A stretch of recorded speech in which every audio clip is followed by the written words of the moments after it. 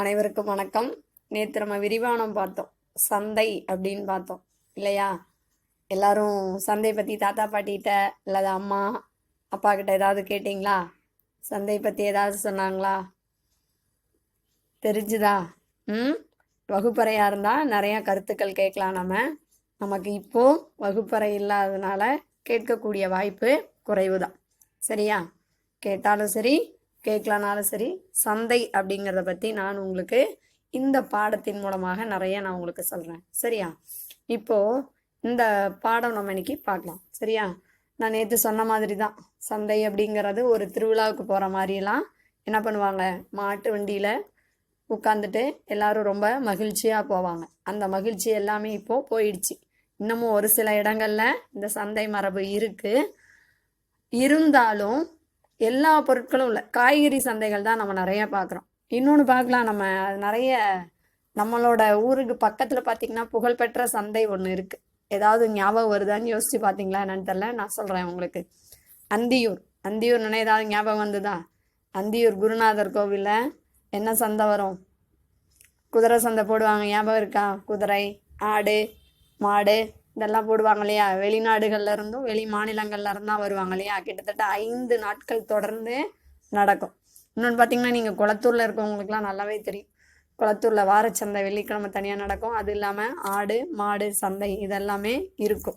அங்கே பேசக்கூடிய அந்த ஆடு மாடெல்லாம் விலை பேசக்கூடிய விதமே வேற மாதிரி இருக்கும். துண்டு 2 கை உள்ளே வச்சுக்குவாங்க, மேலே துண்டை போட்டு வரைச்சி பேரம் பேசுவாங்க அந்த இடைத்தரகர்கள்லாம் இல்லையா? அதே போல் மேச்சேரி ஆட்டு சந்தை புகழ் பெற்றது. இப்படி சந்தை அப்படிங்கிறது நாளடைவில் கொஞ்சம் கொஞ்சமாக என்ன ஆகுது, குறைஞ்சிக்கிட்டே இருந்தது. இந்த சந்தை அப்படிங்கிறது சங்க காலத்தில் பார்த்தீங்க அப்படின்னா இந்த வணிகருக்கும் மக்களுக்கும் இடையே உள்ள உறவு பாலம் அப்படின்னு நான் நேற்று உங்களுக்கு சொன்னேன். சரியா? வெறும் பொருள் வாங்கிறது மட்டும் இல்லை, வாங்கக்கூடியவர்களுடைய மனநிறைவும் இதில் பாதுகாக்கப்பட்டது. சரியா?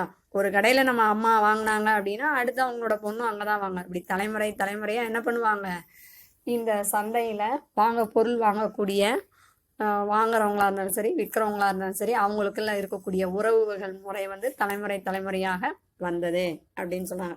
இப்போ நமக்கு இதே மாதிரி தான் ஒரு கிராமத்துல இருந்து, பூஞ்சோலை அப்படின்ற ஒரு கிராமத்துல இருந்து தன்னோட பொண்ணோட வீட்டுக்கு ஒரு அப்பா போறாரு, பெரியவர். அவர் பேர் தனிக்காச்சலம். அவரோட ஊர்ல பார்த்தீங்கன்னா வேளாண்மை செய்யக்கூடியவர், விவசாயம் செய்யக்கூடியவர். அது மட்டும் இல்லாமல் இவர் ஒரு ஊராட்சி தலைவராகவும் பணியாற்றி இருக்கிறார். நிறைய அனுபவம் வாய்ந்தவர். சரியா? உங்கள் வீட்டிலே பார்த்தீங்கன்னா நிறைய தாத்தாலாம் இருப்பாங்க. அவங்கக்கிட்டலாம் கொஞ்ச நேரம் உட்கார்ந்து பேசுனீங்க அப்படின்னா நிறைய கதைகள்லாம் சொல்லுவாங்க. சரியா? அப்போது அவங்களோட பொண்ணோட வீட்டுக்கு வராரு, புதுச்சேரிக்கு வராரு. அங்கே பார்த்தீங்கன்னா அவரோட பேர குழந்தைங்கள் 9ஆம் வகுப்பில் படிக்கக்கூடிய ஒரு பெயரன் அப்படின்னா வேற ஒன்றும் இல்லை, பேரன். சரியா? அதே போல் அவன் பேர் பார்த்தீங்கன்னா மூர்த்தி. அதே போல் 4ஆம் வகுப்பு படிக்கக்கூடிய பெயர்த்தினா பயந்துக்காதீங்க, பேத்தி அப்படின்னு சொல்லுவோம் இல்லையா? நாம தான் இப்போல்லாம் சொற்கள்லாம் மருவி பேசுகிறோம் இல்லையா? பெயர்த்தி அப்படிங்கிறத நாளடைவில் பேத்தி அப்படின்னு சொல்கிறோம். கீர்த்தனாவும் 2 பேரும் இவங்க தாத்தா கிட்ட ஒரு சின்ன உரையாடல் நடத்துகிறதான் நாம் இன்னைக்கு பார்க்க போகிறோம். சரியா? அப்போது அவங்க சின்ன பொண்ணு கூப்பிட்றா, தாத்தா வாங்க, எங்கள் ஊரில் புதுசாக மால்லாம் திறந்துருக்காங்க, வர்றீங்களா போகலாம் அப்படின்னு சொல்லிட்டு கேட்குறா. தாத்தா கேட்குறாரு, மால்னா என்ன கண்ணு அப்படின்னு சொல்லிட்டு கேட்குறாரு. அதுக்கு அவங்க பேர சொல்ல, மால்னா ஒன்றும் இல்லை தாத்தா, எல்லா பொருளும் ஒரே இடத்துல கிடைக்கும் இல்லையா? அதாவது குண்டூசியிலிருந்து கணினி வரைக்கும் எல்லாமே ஒரே இடத்துல கிடைக்கும் இல்லையா?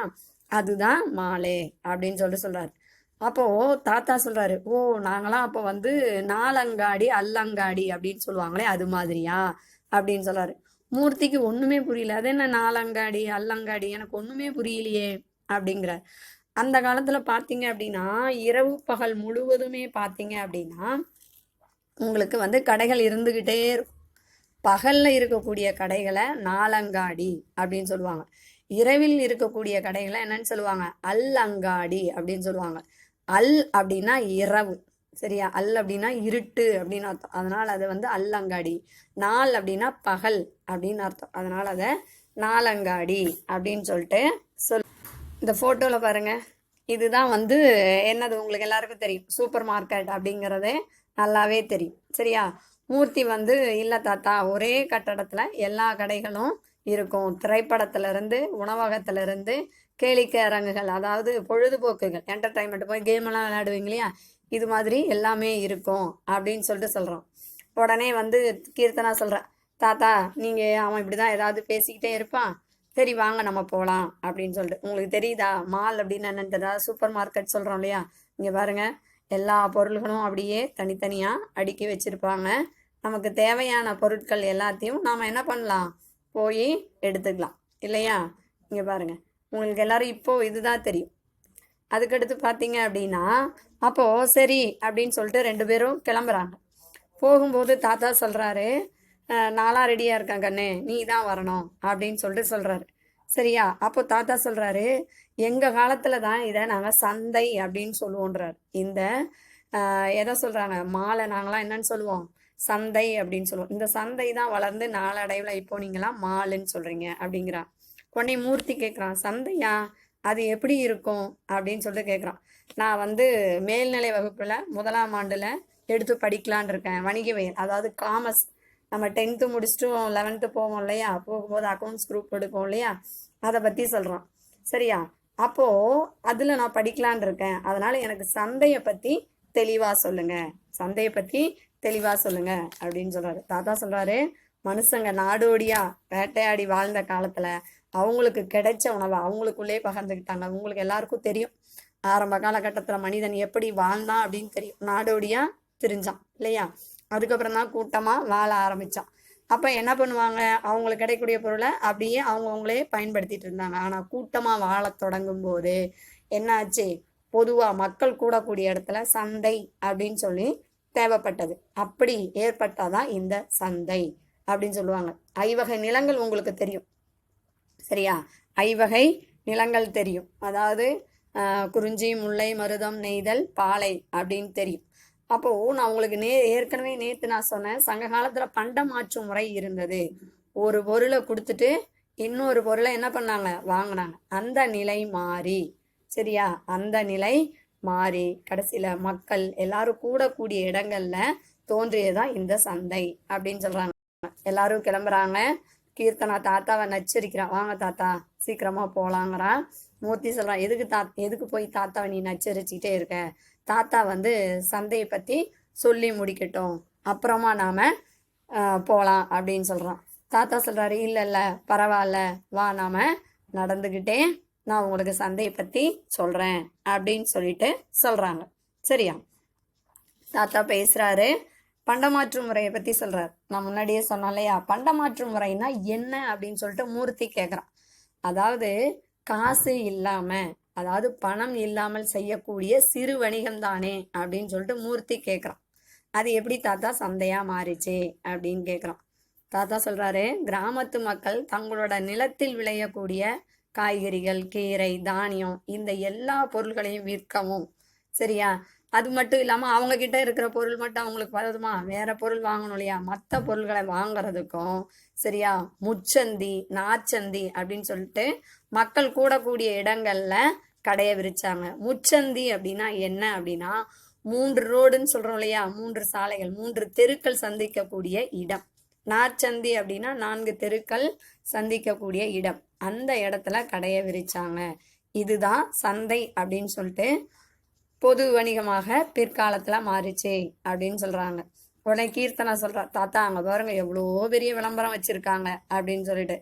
அப்போது தாத்தா சொல்கிறாரு, விளம்பரமா, எதுக்கு விளம்பரம்லாம் கேட்குறாரு. ஏன்னா இந்த காலத்தில் ஒரு சோப்பு வாங்கினா கூட நாமெல்லாம் என்ன பண்ணுறோம், விளம்பரத்தை பார்த்து தான் வாங்குறோம் இல்லையா. விளம்பரம் இல்லை அப்படின்னா எந்த பொருளையும் நம்ம அவ்வளோ சீக்கிரம் வாங்குறோம்.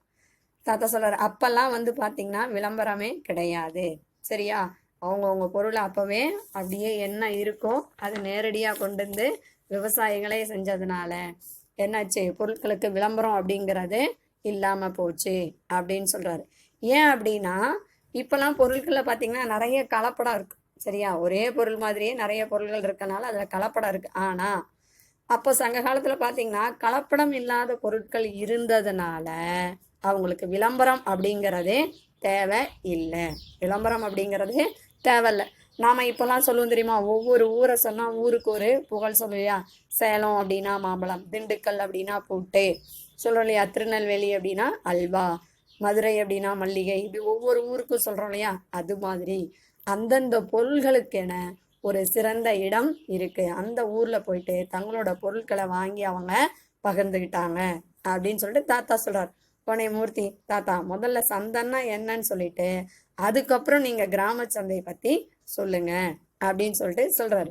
சந்தை அப்படின்னா என்ன அப்படின்னு பாத்தீங்கன்னா, நாம உள்ளூர்ல விளையுது இல்லையா, இப்ப அந்தந்த ஊர்ல விளையுது இல்ல, அந்த ஊர்ல விளையக்கூடிய பொருள்களை, அவங்களுக்கு தேவையாகிற பொருள் இல்லையா, அந்த பொருள்களை விவசாயமா இருந்தாலும் சரி, சமையல், வீடு, இதுக்கு தேவையான பொருட்களை சிறு அளவில் விற்கக்கூடிய ஒரு வணிக செயல்பாடு தான் இந்த கிராம சந்தை. சரியா? சிறு அளவில் செயல்படக்கூடிய ஒரு வணிக சந்தை தான் என்னன்னு சொல்றோம், கிராம சந்தை. மக்களுடைய அடிப்படை தேவைகளை நிறைவு செய்யறது தான் இதனுடைய நோக்கம். கிராம சந்தையோட நோக்கம் என்ன? மக்களுடைய அடிப்படை தேவை. ஒரு மனிதனுக்கு என்ன தேவை? உண்ண உணவு, உடுத்த உடை, இருக்க இடம் இல்லையா, அது மாதிரி அடிப்படை தேவைகளை நிறைவு செய்யறதா இந்த சிறு வணிகத்தினுடைய நோக்கம், இந்த கிராம சந்தையோட நோக்கம் அப்படிங்கிறாங்க. நம்மளோட மனசை மயக்கிற மாதிரி வெறும் அதாவது விளம்பரம் தேவையில்லை அப்படின்னு சொல்லிட்டு சொல்றாரு. சரியா? இப்பெல்லாம் நம்ம விளம்பரத்தை பார்த்து மயங்குறோம். எது விளம்பரம் அதிகமாக கொடுக்குறாங்களோ அதுவும் பார்த்தீங்க அப்படின்னா நமக்கு பிடிச்ச நடிகர்கள்லாம் வச்சு விளம்பரம் பண்ணாங்கன்னா அந்த பொருளை போய் உடனே வாங்குவோம். ஆனால் கிராமத்து சந்தையில் இதெல்லாம் இல்லை அப்படின்னு சொல்லிட்டு தாத்தா என்ன சொல்றாரு, சந்தையை பற்றி மூர்த்திக்கு எடுத்து சொல்றாரு. சரியா? நீங்கள் இன்னமும் இந்த சந்தையை பற்றி உங்கள் வீட்டில் இருக்கக்கூடிய தாத்தாவுக்கிட்டேயோ பாட்டிக்கிட்டேயோ அம்மாக்கிட்டேயோ கேட்டு நல்லா தெரிஞ்சுக்கோங்க. இதனுடைய தொடர்ச்சியை நாம் அடுத்த வகுப்பில் பார்க்கலாம்.